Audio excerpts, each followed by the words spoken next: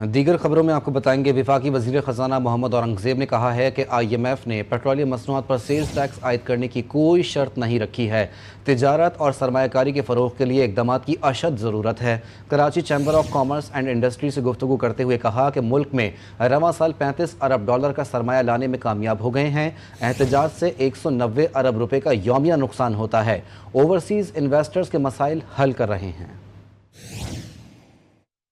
اس سال ہم نے جو ٹیکس کلیکٹ کرنا ہے وہ 12.9 ہے، تو تقریباً 50% جو مد میں اگر یہ ہمیں ڈریگ نہ ہو ایس او ایز کا، یہ سارے پرائیویٹ سیکٹر ادارے ان کو چلا رہے ہوں، اگر یہ ڈریگ نہ ہو تو یو کین امیجن کہ ہمارا جو فزیکل بیلنس ہے یا امبیلنس ہے وہ کتنی بہتری کی طرف جا سکتا ہے۔ کہ ایک تو اسمگلنگ جو ہے اس پہ قابو کیا گیا ہے، and we are very grateful to the authorities جنہوں نے اس میں مدد کی ہے۔ دوسرا یہ ہے کہ یہ کہیں بک بھی تو رہا تھا نا، تو ڈیمانڈ سائڈ بھی دیکھنی ہے، تو وہ ہم نے سارے آئیڈینٹیفائی کیے ہیں۔ وہ جو انلیگل اسٹیشنز تھے ایٹسیٹرا، اس میں سے آئی تھنک 958 کو سیل کر دیا گیا ہے۔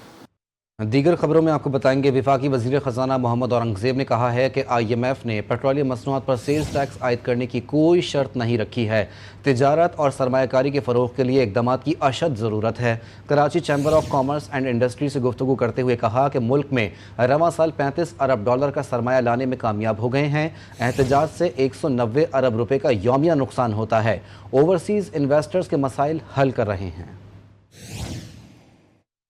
اس سال ہم نے جو ٹیکس کلیکٹ کرنا ہے وہ 12.9 ہے، تو تقریباً 50% جو مد میں اگر یہ ہمیں ڈریگ نہ ہو ایس او ایز کا، یہ سارے پرائیویٹ سیکٹر ادارے ان کو چلا رہے ہوں، اگر یہ ڈریگ نہ ہو تو یو کین امیجن کہ ہمارا جو فزیکل بیلنس ہے یا امبیلنس ہے وہ کتنی بہتری کی طرف جا سکتا ہے۔ کہ ایک تو اسمگلنگ جو ہے اس پہ قابو کیا گیا ہے، and we are very grateful to the authorities جنہوں نے اس میں مدد کی ہے۔